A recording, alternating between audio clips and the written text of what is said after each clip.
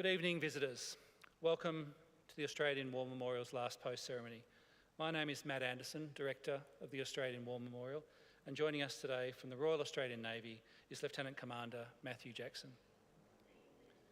We welcome the veterans who have served, those of you still serving, and the families that love and support you. The live stream of this ceremony is made possible by the Returned and Services League of Australia and the RSL and Services Clubs Association. We welcome members who are watching the broadcast of this ceremony across Australia. During this evening's ceremony, wreaths will be laid at the base of the pool of reflection by visitors to the memorial. If you are able, please stand and join in singing the national anthem.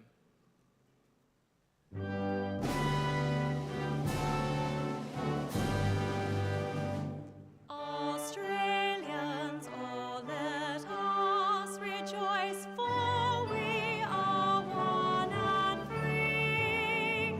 We've golden soil and wealth for toil.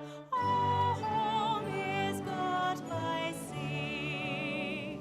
Our land abounds in nature's gifts of beauty, rich and rare. In history's page, let every stage advance Australia fair. In joyful strains, then let us sing, advance Australia fair. Thank you. Those who are able, please be seated. The Australian War Memorial was the vision of Charles Bean, Australia's First World War official historian.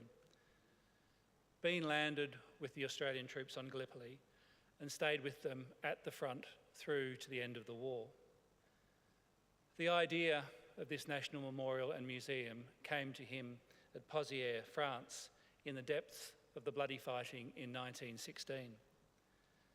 Bean's idea was that this would be a place where families and friends could mourn loved ones buried in faraway places. It would also be a place that could help all Australians understand what these men and women had endured and what they had done for us. Bean's vision, to which we remain true, is best expressed at the entrance to the galleries. Here is their spirit, in the heart of the land they loved, and here we guard the records which they themselves have made.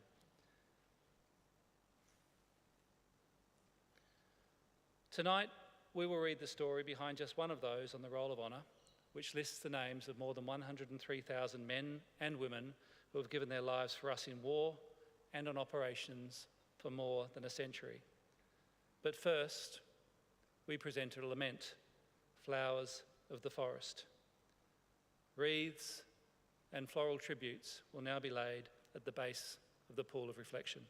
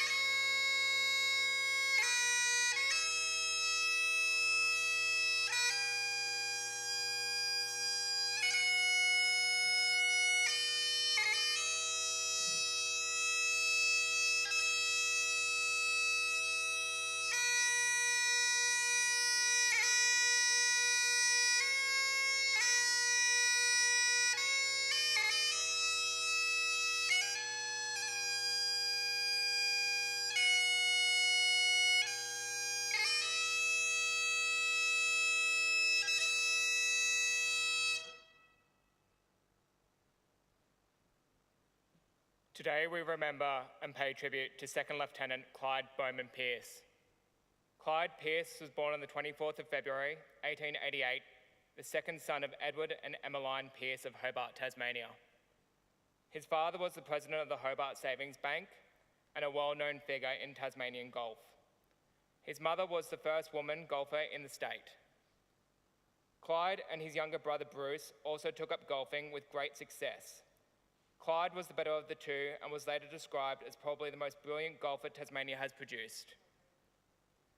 Clyde Pearce later moved to Western Australia, where he took on a large sheep station, but still found time to win the Western Australian Amateur Golfing Championship twice. Clyde Pearce enlisted in the Australian Imperial Force from Western Australia in May 1915. After training, he left for active service overseas with reinforcements to the 10th Light Horse Regiment in September 1915. Pearce was first sent to Egypt and from there to Gallipoli, arriving on the 13th of November 1915. Just over a month later, however, the Gallipoli battlefield was evacuated and Pearce found himself back in Egypt. In the first half of 1916, Pearce was promoted a number of times, but then contracted cholera and was sent to hospital. He was not fit for duty until October 1916. Shortly afterwards, he was given a commission and sent to the Australian infantry fighting in France, where he arrived in January 1917.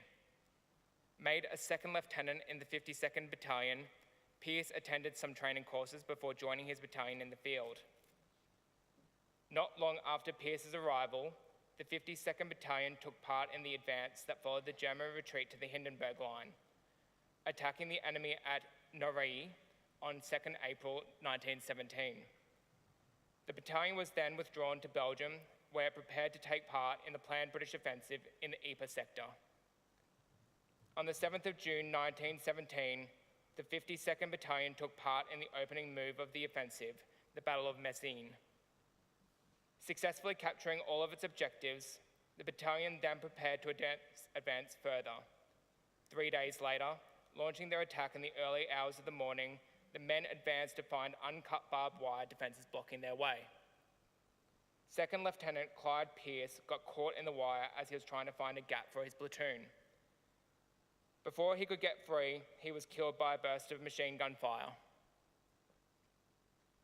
6 months after Clyde Pearce was killed, Lieutenant Colonel Harold Pope wrote to Clyde's parents, saying, "Although it happened so comparatively long ago, I want as your son's old commanding officer to write and try to let you know how very deeply I sympathize with you in your loss. No one could have failed to realize what a splendid, magnificent officer your son was, and how he was loved and trusted by his own men and his own platoon, and as a matter of fact, by everyone who came in contact with him." Pope had been wounded days before Pearce was killed, and so was in hospital at the time he wrote. Practically every letter I have seen since from France has made reference to the splendid work your son did right up to the moment of his magnificent death at the head of his men on the wire entanglement in front of the German trench he was going for.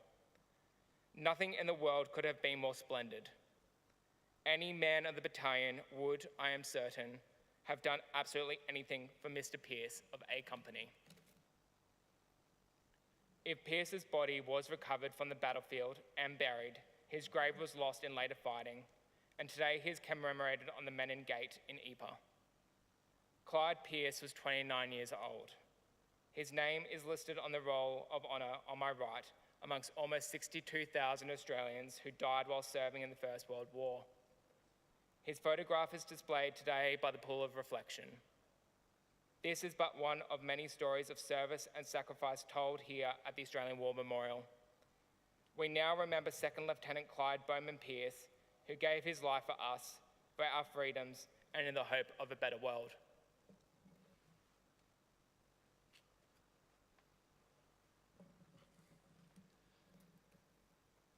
Ladies and gentlemen, girls and boys, please stand for the reading of the Ode and the sounding of the last post. They shall grow not old, as we that are left grow old. Age shall not weary them, nor the years condemn. At the going down of the sun and in the morning, We will remember them.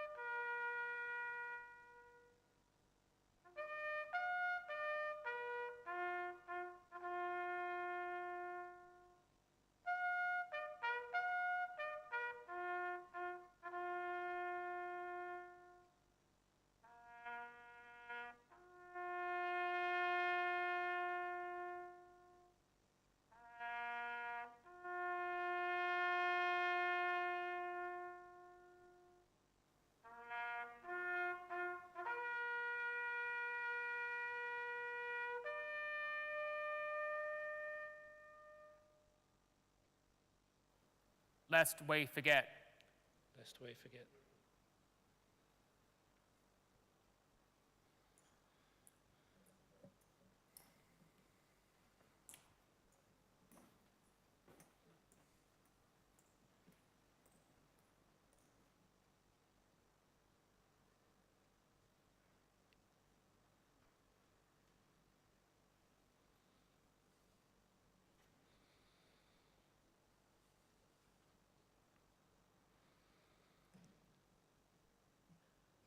We leave you this evening with the words of the memorial's founder, Charles Bean.